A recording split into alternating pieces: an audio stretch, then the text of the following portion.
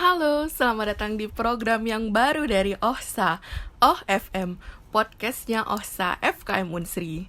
OFM hadir akan membahas tentang kesehatan dan keselamatan kerja atau K3.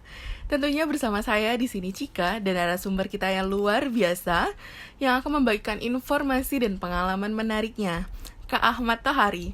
Halo Kak, selamat datang. Gimana nih kabarnya? Sehat? Halo, waalaikumsalam Kak Cika. Alhamdulillah sehat ini. Gimana kabar teman-teman FKM?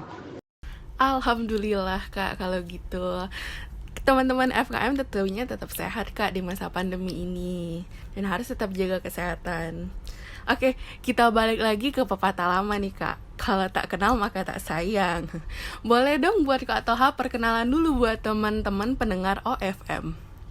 Oke Kak Cika, perkenalkan teman-teman semua. Nama saya Ahmad Tohari. Saya kelahiran di Lampung 12 Juli 1995. Saya kuliah di FKM Unsri pada tahun 2013 dan lulus di tahun 2017. Untuk peminatan sendiri, waktu itu saya masuk di kesehatan keselamatan kerja dan kesehatan lingkungan. Untuk di FKM sendiri waktu itu masih belum ada ya untuk program studi kesehatan lingkungan, jadi masih digabung di peminatan dengan jurusan ilmu kesehatan masyarakat. Oh iya Kak, waktu itu masih belum ada ya. Masih bergabung antara K3 dan juga kesehatan lingkungan. Kalau mau salam-salam ke dosen, boleh Kak? Wah, boleh juga nih teman-teman. Buat teman-teman, ini udah dapat tawaran nih dari Kak Toha yang mau nongki-nongki bareng, ngobrol-ngobrol bareng. Boleh dong langsung hubungi Kak Toha. Oh iya, dengan katanya tadi kakak dapat surat penugasan buat ada proyek tol Indralaya Prabu Muli. Kalau boleh tahu nih Kak, kakak kerja di mana ya sekarang? Oh iya Kak Cika, saya lupa ngasih tahu ya. Untuk saat ini saya kerja di PT Utama Karya Infrastruktur, anak usaha dari PT Utama Karya Persero untuk pembangunan proyek jalan tol Indralaya Muara Enim, seksi Indralaya Prabu Muli di zona 1 sepanjang 10,5 kilo, membentang dari sambungan kilometer 18 Jalan Tol Palembang Indralaya sampai ke PTPN Sejaro Sakti. Untuk zona 2, 3, dan 4, 5, 6 sampai ke Prabu Muli saat ini masih dikerjakan dengan tim yang lain. Mungkin itu Kak Cika. Oke, udah pada kenal nih pasti teman-teman sama Kak Toha. Udah jelas bukan dengan kedatangan narasumber kita hari ini di episode perdana dari OFM bakal ngebahas tentang K3 di konstruksi. Kalau berbicara masalah konstruksi, mungkin yang teman-teman pendengar OFM pikirkan tentang bangunan, baik kegiatan atau juga bangunannya. Kalau menurut Kak Toha sendiri nih, konstruksi itu sebenarnya apa ya Kak? Ya oke Kak Cika, untuk konstruksi sendiri itu sebenarnya merupakan satu kegiatan membangun sarana maupun prasarana yang dalam artian secara ringkas konstruksi itu dapat didefinisikan sebagai keseluruhan objek bangunan yang terdiri dari beberapa bagian-bagian struktur. Untuk struktur sendiri itu bisa dibagi menjadi beberapa bagian, yaitu konstruksi gedung, kemudian konstruksi teknik, kemudian jembatan, kemudian masih banyak lainnya yang itu bisa diberitakan pembangunan konstruksi. Kalau di perusahaan kakak sendiri, proyek yang sedang dikerjakan sekarang itu apa ya kak? Untuk saat ini, memang kami untuk PT Utama Karya Infrastruktur sendiri masih dengan penugasan dari pemerintah, yaitu untuk membangun konstruksi jalan tol. Sehingganya di dalam konstruksi jalan tol itu sendiri banyak yang terlibat, banyak yang ada di dalamnya, seperti ada jembatan, seperti di situ ada untuk gedungnya, untuk lain-lainnya. Jadi memang sangat kompleks itu sendiri. Jadi tidak secara spesifik konstruksi itu ya hanya gedung, dan gedung saja, tapi banyak hal yang terdapat di dalamnya, sehingga kita memang wajib untuk K3-nya sendiri harus lebih umum dan harus banyak orang yang terlibat seperti itu.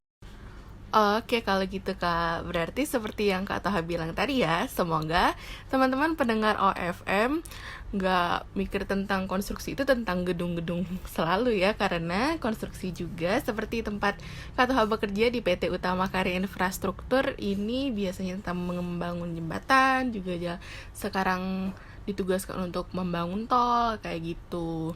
Dan Kak Toha juga bilang tadi katanya di konstruksi ini perlu K3 yang umum. Nah, pastinya di pekerjaan konstruksi ini nggak lepas dari risiko kecelakaan ya Kak. Nah, kalau misalkan di konstruksi ini termasuk yang punya risiko tinggi nggak ya Kak? Untuk terjadi kecelakaan kerja ataupun penyakit akibat kerja. Tentu Kak Cika.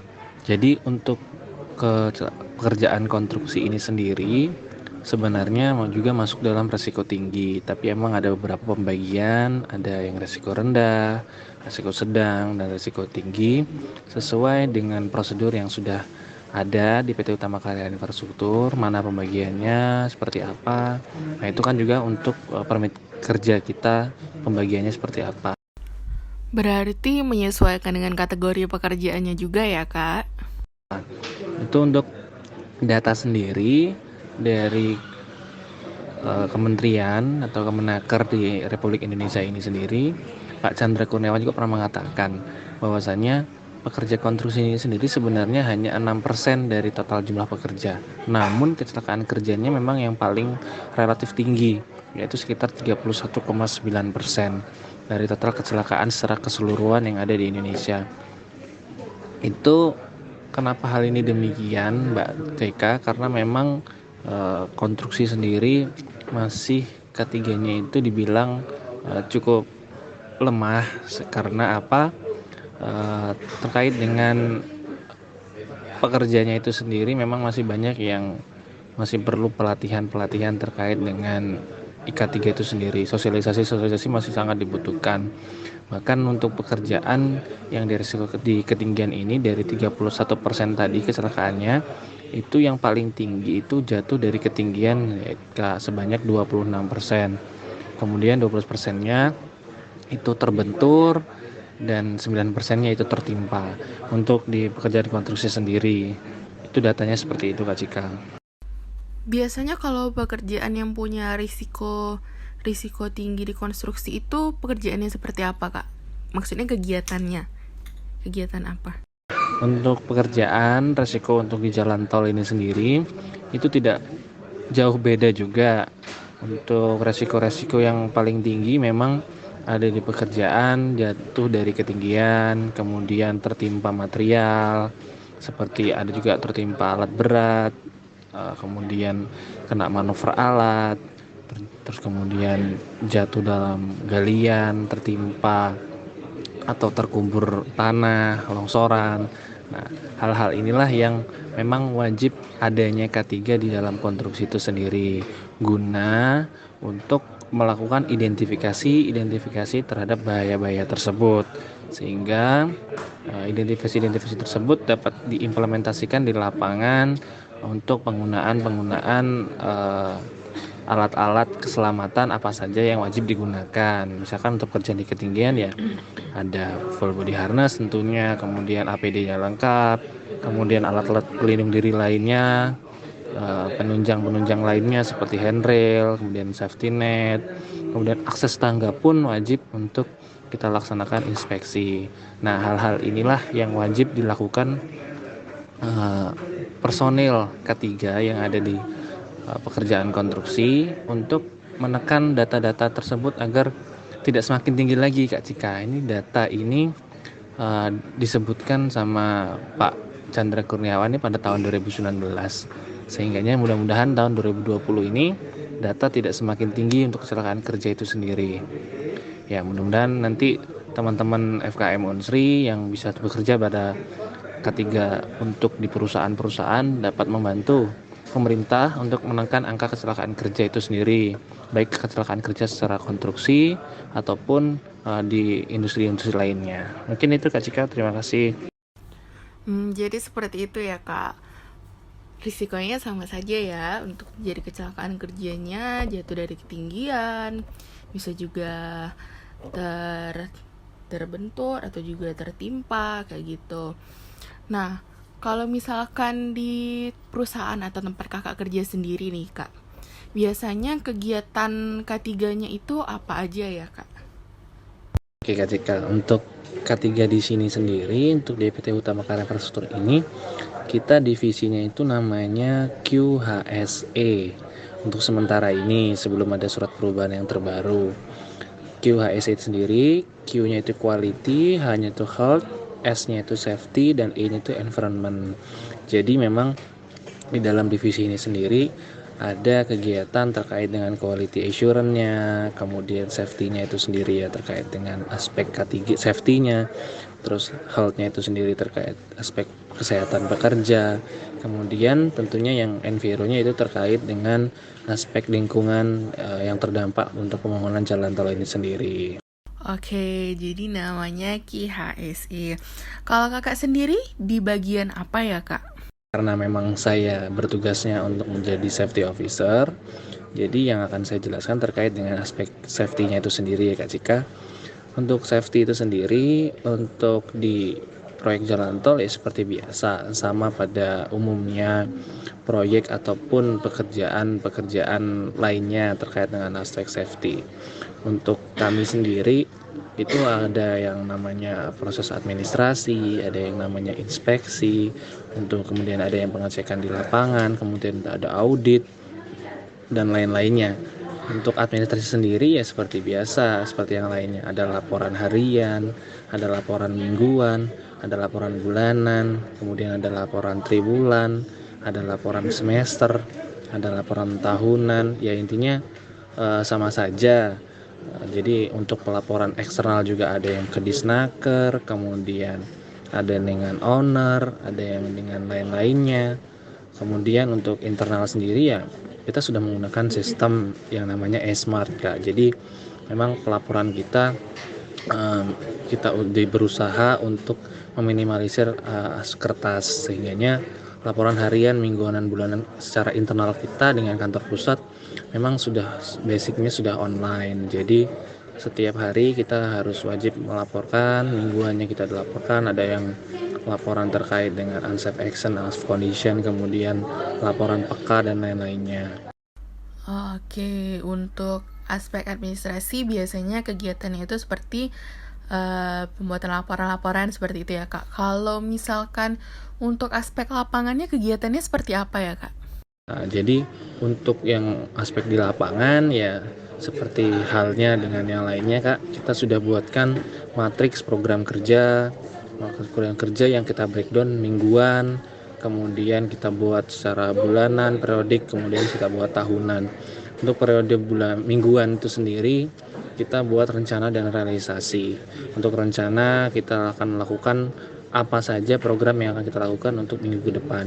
Untuk realisasinya, apa yang sudah terrealisasi dari rencana kita, sehingga kita bisa tahu nih berapa persen pencapaian untuk program kerja kita secara mingguan, ataukah ada penurunan, ataukah ada peningkatan. Jadi misal untuk minggu depan kita merencanakan program kerja sebanyak 20 tenaga kerja program kerja. Untuk realisasinya ternyata minggu ini hanya sebatas 12 program kerja yang kita implementasikan.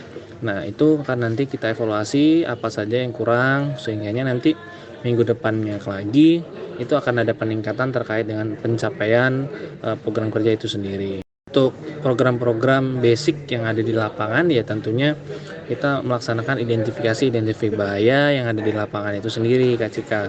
Seperti misalkan ini ada lubang, ini ada pekerja di ketinggian, harus melakukan apa. Nah, kita koordinasi dengan safety man di lapangan. Kemudian kita koordinasi dengan beberapa tim di lapangan seperti pelaksana, kemudian supervisor ataupun dengan subkon kita. Bahwasanya ini memang bahaya, kita harus melakukan pengendalian seperti itu Kak Cika. Kalau misalkan kak setelah identifikasi bahaya itu, andai kan ada yang bisa dilakukan dengan pengendalian. Nah, tapi kalau misalkan memang setelah identifikasi bahaya tersebut termasuk yang potensial dan kegiatan program itu harus segera dihentikan, bagaimana Kak? Jika memang dirasa perlu kita laksanakan penghentian, kita keluarkan SWA atau stop work activity, sehingga memang pekerjaan itu dirasa aman terlebih dahulu, baru memang dijalankan. Kalau memang tidak aman, ya kita lakukan penyetopan. Baik itu nanti ada aspek terkait dengan aspek ketiganya seperti apa aja, apa yang dilanggar, apa seperti itu. Untuk pekerja sendiri atau subkontraktor atau pelaksana yang di lapangan, itu sebelum pelaksanaan pekerjaan memang kita laksanakan penertiban, yaitu melalui work permit atau izin kerja yang sesuai dengan prosedur itu dikumulatifkan diurus 1 minggu sekali, sehingga nanti setiap minggu masing-masing pelaksana dan sub mengajukan permohonan permit kepada kita untuk dilegalitaskan, disahkan kepada para pemangku kepentingan seperti konsultan dan owner. Artinya setiap hari akan dilakukan pengecekan apakah benar pekerjaan tersebut memang sesuai dengan rencana pengajuannya yang ada di permit. Seperti metodenya seperti apa, kemudian job safety analisisnya seperti apa, kemudian penggunaan APD-nya bagaimana, kemudian rencana kerjanya mau seperti apa. Jika memang tidak sesuai, ya tadi kita terpaksa mengeluarkan SWA agar memang semua ini terpatuhi dan terpenuhi, kemudian pekerja pun merasa terlindungi di lapangan. Mungkin itu Kak Cika, dan lain-lainnya mungkin ya sama lah seperti yang lainnya untuk pelaksanaan inspeksi, kemudian audit dan lain-lainnya. Untuk ketiga sendiri sih memang di konstruksi masih tidak terlalu ketat dibandingkan dengan industri lainnya seperti migas dan manufaktur. Tapi memang kita masih terus berusaha untuk bisa membuat K3 dalam konstruksi ini sendiri menjadi hal yang harus tetap samalah minimal dengan standar K3 lainnya seperti migas dan manufaktur, yang memang jika tidak dipatuhi ya sudah, ibaratnya tidak terkejar dengan progres ataupun pekerjaan yang ada di lapangan. Intinya itu, jadi kita harus tetap membuat sistem yang baik supaya bisa dipahami antar satu departemen dan ataupun divisi yang lainnya. Berarti banyak juga nih ya Kak, dari aspek lapangannya, aspek administrasinya tadi seperti pengurusan laporan-laporan dan juga izin kerja, juga ada aspek pekerjanya yang seperti apa dan lain-lain. Oke, kita beralih nih Kak yang ke selanjutnya. Kakak lulus dari FKM Unsri itu tahun 2017 kan ya Kak? Mungkin teman-teman di sini pada penasaran nih Kak. Setelah lulus dari FKM Unsri, apakah Kak memang kepikiran untuk kerja di K3 bidang konstruksi ini atau gimana tuh Kak ceritanya? Kalau untuk kepikiran kerja di konstruksi sebenarnya sih ya nggak ada kepikiran gimana-gimana, cuman ya mengalir aja seperti itu. Cuman waktu itu memang ya kita di K3 ya mau kerja di konstruksi, mau kerja di migas, mau kerja di manufaktur, ya mungkin sama aja. Cuman kan memang terkait dengan mana aja yang lebih dahulu untuk dipelajarin dan didalami saja. Untuk awal memang setelah lulus itu memang saya tidak kerja di konstruksi, tapi saya kerja di migas. Waktu itu 1 tahun di migas, kemudian 2018 saya melamar ke PT Utama Karya Infrastruktur. Waktu itu memang lagi ada rekrutmen kan. Nah kebetulan memang keterima, ya jadi mau tidak mau ya harus kita ambil ke Utama Karya Infrastruktur. Sekalian juga belajar bagaimana K3 di dalam konstruksi itu sendiri. Sampai saat ini ya masih tertantang dengan adanya K3 di konstruksi ini sendiri, bagaimana dia bisa membangun supaya bisa setara lah dengan industri migas, tambang, ataupun dan yang lain-lainnya. Jadi sampai sekarang ya alhamdulillah masih di Utama Karya Infrastruktur. Udah 3 proyek yang terselesaikan seperti Palembang Indralaya, kemudian Pekanbaru Dumai, dan saat ini sedang berada di Indralaya ke Prabu Mulih. Mudah-mudahan tidak ada halangan, tidak ada insiden dan lain-lainnya. Iya Kak, amin. Semoga setiap proyeknya setiap pekerjaannya selalu lancar. Intinya untuk ketiga konstruksi itu sendiri memang banyak tantangan yang harus diselesaikan. Jadi menjadi tantangan tersendiri itu. Pokoknya intinya eh, lain daripada yang lain. Jadi untuk teman-teman Kesmas nantinya ketika setelah lulus dari perkuliahan silakan tujuan kemanapun silakan sesuai dengan passion teman-teman semua, mau di konstruksi, mau di tambang, mau di manufaktur, mau di migas, itu terserah mau seperti apa, karena memang keilmuan kita memang umum sehingga memang semuanya itu butuh untuk ketiga. Jadi mana yang menjadi passion teman-teman semua itu yang tolong untuk bisa diperjuangkan saja. Yang penting satu, ketiga kita tetap harus perjuangkan bagaimana untuk bisa tetap dipegang teguh dan menjadi contoh untuk teman-teman semua. Oke, semakin besar tantangannya, semakin semangat juga ya Kak buat kerjanya. Dan juga kerja di mana aja nggak apa-apa, yang penting ketiganya harus tetap diutamakan. Nah, teman-teman juga pada penasaran nih Kak, ada nggak pengalaman menarik Kakak selama kerja atau hal-hal yang nggak bisa Kakak lupain gitu selama bekerja di konstruksi sejauh ini? Kalau pengalaman yang berkesan ataupun seperti apa itu banyak Mbak Cika. Contohnya waktu kita pernah ditugaskan ke Padang, di situ kita harus menghadapi masyarakat seperti apa, di demo setiap hari, kemudian sosial yang sangat tinggi itu sendiri untuk melakukan pembebasan lahan. Pokoknya banyak lah pengalaman-pengalaman yang luar biasa terkait dengan hal itu. Juga kita kalau di PT Utama Karya Infrastruktur ini kan memang perusahaan multinasional sehingga kan proyeknya banyak.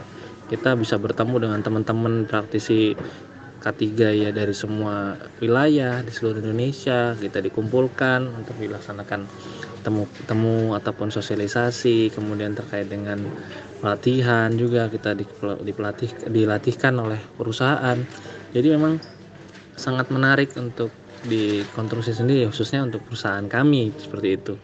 Nah, untuk hal-hal lainnya yang ya juga memang agak sedikit miris, memang ada beberapa kejadian yang memang harus yang tidak kita inginkan. Itu menjadi pelajaran yang sangat besar untuk saya sendiri sebagai praktisi K3 untuk perusahaan ini. Kalau boleh tahu kejadian yang maksud Kakak, kejadian yang lumayan miris itu yang gimana ya Kak? Jadi memang kecelakaan mulai dari kecelakaan kecil, sedang sampai berat itu memang sudah pernah saya alami, dan itu memang butuh tenaga yang luar biasa untuk melaksanakan penyelesaiannya itu sendiri. Dan itu menjadikan pelajaran yang luar biasa apa yang bisa kita evaluasi dari kecelakaan-kecelakaan kerja tersebut, sehingganya memang kita menjadi lebih waspada untuk pekerjaan-pekerjaan ke depan, menjadi pelajaran itu sendiri. Mungkin itu Mbak Cika. Untuk pengalaman-pengalaman yang lain mungkin ya lebih ke pengalaman kita pindah-pindah lokasi kerja. Kemudian kemarin dari Pekanbaru, bagaimana karakteristik dari warga-warga Pekanbaru seperti apa. Kemudian pernah di Padang, karakteristik warganya Padang itu seperti apa. Kemudian kemarin kita sekarang ada di Sumatera Selatan, kita juga mempelajari bagaimana karakteristik warga di Sumatera Selatan. Intinya itu sih yang lebih menarik untuk pekerjaan di konstruksi di perusahaan kami ini, karena memang pekerjaannya tidak di situ saja, tapi beberapa tahun selesai proyek kita dapat suasana baru, dapat lingkungan baru seperti itu. Itu mungkin Mbak Cika. Berarti bisa jadi hal yang menarik, bisa juga menjadi tantangan ya Kak untuk bisa beradaptasi dengan lingkungan baru, karena seperti kata Kakak tadi, pekerjaannya itu nggak selalu menetap di situ aja. Setelah selesai proyek, pindah lagi ke yang lain. Oke, ini bagian paling penting nih buat teman-teman pendengar OFM yang mungkin mau kerja di bidang konstruksi juga. Oke, kita tanyakan langsung aja ke narasumber kita. Ada nggak Kak tips and trick atau skill-skill khusus yang diperlukan buat kerja di bidang konstruksi ini? Teman-teman yang mau kerja di bidang konstruksi pengen tahu nih Kak. Sebenarnya untuk tip and tricks itu sendiri ya umum, pada intinya semua pekerjaan itu sama. Yang jelas manfaatkanlah pada saat kita itu magang ataupun penelitian. Di situ kita manfaatkan seperti apa terkait dengan bagaimana pekerjaan di situ, pada lokasi itu, kemudian bagaimana ritmenya, bagaimana harus apa aja yang keilmuan apa saja yang harus kita miliki. Nah, mungkin itu Mbak Cika. Kalau untuk konstruksi sendiri gimana, Kak? Untuk konstruksi sendiri, Mbak Cika, itu hal-hal yang harus kita bangun itu pertama itu banyaklah membaca apa saja ya, membaca tentunya terkait undang-undang, kemudian hal apa saja yang terkait dengan konstruksi seperti apa ISO itu, apa OSRAS itu, ISO apa yang saat ini sedang in untuk dibahas, apa saja poin-poinnya. Nah, itu kita harus memahami itu, apa saja poin-poin yang harus dari penerapannya. Nah, itu yang kita harus mulai bangun dan mulai kita open mindset kita, sehingga kita tidak tertutup kepada teori-teori di perkuliahan saja. Tentunya untuk implementasi di lapangan itu sendiri memang terdapat keunikan tersendiri. Yang jelas hal yang harus dibangun dari lulusan kesehatan masyarakat khususnya di peminatan K3 itu sendiri, yaitu kita harus wajib bisa untuk membuat tentunya hiroa, ataupun kita harus bisa analisis JSA, kemudian kita harus bisa memahami terkait penerapan sistem manajemen K3 itu sendiri. Coba mulai baca-baca dari sekarang, belajar bagaimana cara pembuatannya, belajar bagaimana penerapan yang ada di perusahaan itu apa saja, bagaimana. Nah, itulah intinya, jangan takut dapat tuh, jangan malas untuk membaca. Kemudian nanti kan ada tuh magang, ada tuh penelitian akhir atau tugas akhir. Nah, itu manfaatkan, tanyalah sebanyak-banyaknya waktu kita dalam perusahaan ataupun dalam tugas kita itu, tanya sebanyak-banyaknya bagaimana. Nah, itu nanti kita siapkan sedemikian rupa sehingganya nanti ketika kita sudah lulus ataupun kita sudah dalam masa mencari kerja, kita sudah punya basic ataupun sudah punya pengalaman sedikit lah terkait dengan hal itu. Jadi tidak kosong-kosong banget. Jadi ketika nanti waktu wawancara ditanyain apakah kita pernah dan familiar terkait dengan ini, dengan itu, kita sudah familiar seperti itu, Kak Cika. Jadi untuk lulusan baru ya tidak melulu pada dia harus teorinya bagaimana. Nah, itu tidak. Jadi tentu teman-teman harus persiapkan secara matang bagaimana terkait dengan penerapan sistem manajemen K3 itu sendiri. Itu saja dulu. Terkait nanti bagaimana di lapangan, bagaimana dan lain-lainnya, itu nanti bisa sama-sama saling menyesuaikan seperti itu. Dan nanti kan di perusahaan kan masing-masing punya prosedur. Nah, itu yang harus kita jalankan mengacu kepada pengetahuan kita terkait sistem manajemen K3 itu sendiri. Jadi untuk teman-teman FKM Unsri yang nantinya ingin bekerja ataupun membangun usaha sendiri, hal-hal yang harus dibangun dalam diri sendiri itu yaitu passion. Teman-teman harus paham passionnya bagaimana. Teman-teman juga harus paham saya ini mau seperti apa. Jadi jangan memaksakan dan jangan ikut-ikut. Pengalaman orang lain itu bisa kita adopsi, tapi dijadikan suatu pelajaran. Oh, ini seperti ini, oh seperti ini. Tapi bagaimana cara kita mendapatkan sesuatu tersebut itu harus berdasarkan dengan passion kita. Karena kalau hal-hal yang kita kerjakan tidak sesuai dengan passion kita, tentu bakal menjadi beban untuk kita. Jadi tolong untuk teman-teman mahasiswa, tolong buat passion teman-teman semua. Bagaimana aku mau ngelakuin apa, saya ini mau ngapain. Nah, tolong dibuat timeline sesuai dengan passion teman-teman semua, kapan melakukan apa, bagaimana, kapan terjadi, mau ini seperti apa, mau ini bagaimana, ini kapan dilaksanakan. Nah, ini tolong mulai didesain dari sekarang. Buatlah di situ grand design kalian selama 5 tahun ke depan, 10 tahun ke depan, bagaimana. Nah, jadi nantinya kan kalian evaluasi tuh setiap tahun, setiap hari, evaluasi apa yang belum tercapai, bagaimana segala macamnya. Jadi itu akan melakukan peningkatan skill kita, bagaimana untuk mendukung tujuan kita itu. Jadi ketika kita mau bekerja di perusahaan apa, perusahaan asing misalnya, atau perusahaan apa yang kita impikan, kita tujukan, tolong dibuat bagaimana untuk menuju ke perusahaan tersebut, apa saja yang harus disiapkan, itu disiapkan benar-benar, sehingga ketika kita dengan posisi kita lagi survive untuk menuju ke tujuan kita itu, kita tidak kosong seperti itu. Jadi kita harus benar-benar punya tujuan dan visi misi yang jelas, sehingga kita tentu saja dapat meraih impian yang kita inginkan. Seperti itu Mbak Cika. Pesan saya untuk teman-teman FKM Unsri itu, jadi bangun kepribadian, bangun tujuan impian kalian semua sesuai dengan passion yang kalian miliki. Jangan ikut-ikut teman.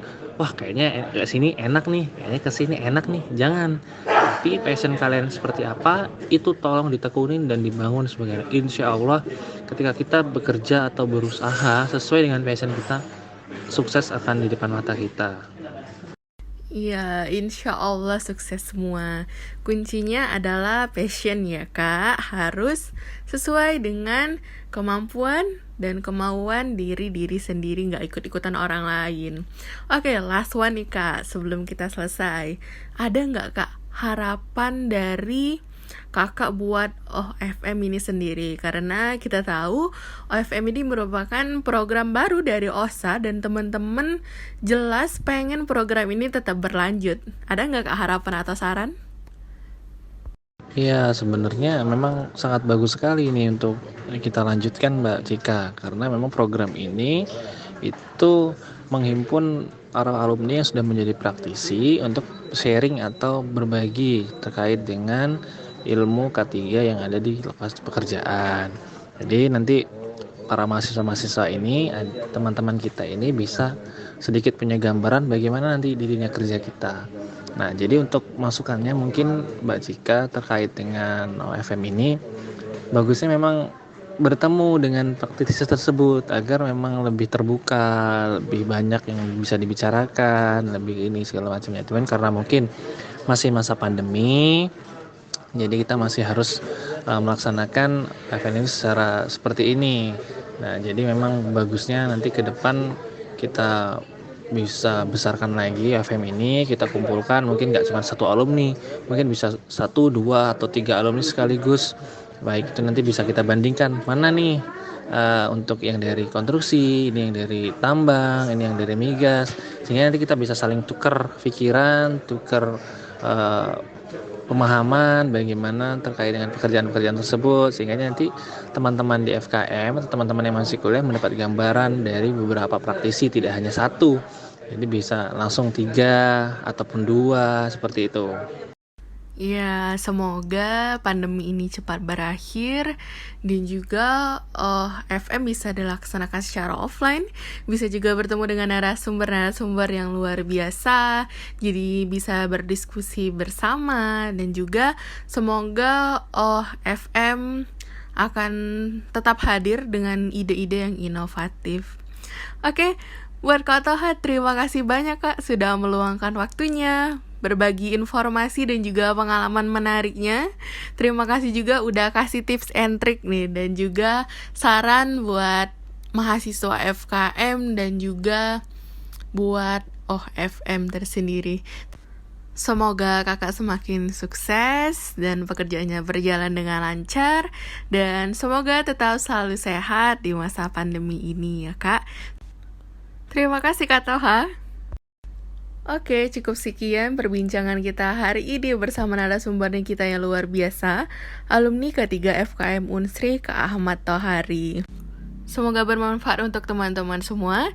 Tetap jaga kesehatan di masa pandemi, patuhi protokol kesehatan. Sampai jumpa di OFM berikutnya. Bye!